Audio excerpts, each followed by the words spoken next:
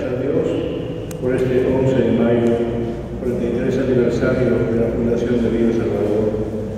En la misa anterior, cuando la gente salía, sobre todo los mayores, cómo agradecían, cómo valoraban que por fin se tiene ya su casita, incluso un señor se echó a llorar de agradecimiento. Por eso hoy tiene que ser un día de agradecimiento, porque nos trajo el Salvador aquí, Jesús, un día como hoy, y al mismo tiempo tiene que ser de compromiso para vivir siguiendo a Jesús el Salvador, siguiendo el Evangelio, ya que se nos va a presentar Jesús hoy como el buen pastor que nos conoce y que nos cuide de todos. Que a este mismo Jesús, a quien ustedes crucificaron, Dios lo ha establecido como Señor y Mesías. Cuando los allí reunidos oyeron esto, se afligieron profundamente y preguntaron a Pedro y a los otros apóstoles: hermanos, ¿qué debemos hacer? Pedro les contestó: vuélvanse a Dios y bautícese cada uno en el nombre de Jesucristo. Cristo no cometió ningún pecado, ni engañó jamás a nadie. Cuando lo insultaban, no contestaba los insultos. Cuando lo hacían sufrir, no amenazaba, sino que se encomendaba a Dios, que juzga con rectitud. Hemos heredado ese privilegio de llamarnos cristianos. También debemos heredar el privilegio de tener el nombre que nos marca a todos de Villa El Salvador. Villa El Salvador. Que conste bien claro siempre que el nombre se debe a Jesús el Salvador. Nunca voy a olvidar una reunión en que estábamos el ministro de Vivienda, el almirante Luis Vargas Caballero, que era jefe de Cooperación Popular, otro marino de las casas, y el general Velasco.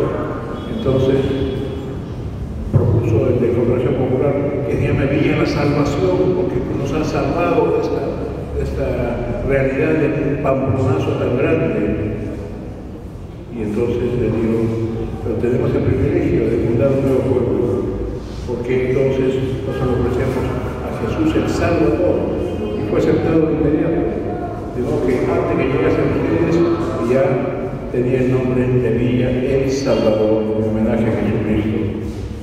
Hubo unos cuantos dirigentes un poco radicales que inventaron, no sé de dónde sacaron, que el nombre se debía a un tal Ángel Vicente Salvador, que había muerto en la represión de General Ortola en Pamplona. Y eso es falso. El único muerto que hubo se llama Edilberto Ramos, y hay una calle que lleva su nombre. Hubo muchos heridos, pero ese Ángel Vicente Salvador no existió, inventado. Entonces conviene reafirmar hoy una vez más que estamos marcados con el nombre de Jesús el Salvador, y vivamos entonces esa realidad dentro de lo que hemos escuchado en el Evangelio.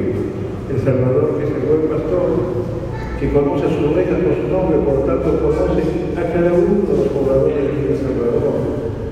Ellos han siempre muy unidos a sus parroquias, viendo donde ha ido creciendo mucho, pero no olvidemos que la presencia de la Iglesia ha sido desde el primer momento, de los primeros moradores, y ha estado aquí en Padre José Valensky, en el primer sector. Recibió su casita en madera y quiso vivir como un poblador más al servicio de su pueblo. Fue el primer párroco y era el único sacerdote que había en ese momento en Villa El Salvador. Y después llegó el padre Eugenio, que le agradecemos tanto su presencia y el testimonio que nos da de vivir como un poblador más.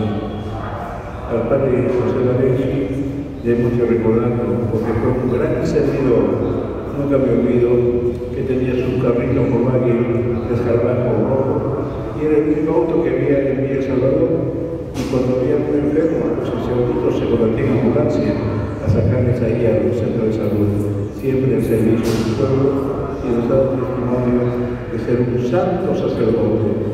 Y yo simplemente pienso que ojalá se pueda introducir su causa de beatificación, sería maravilloso.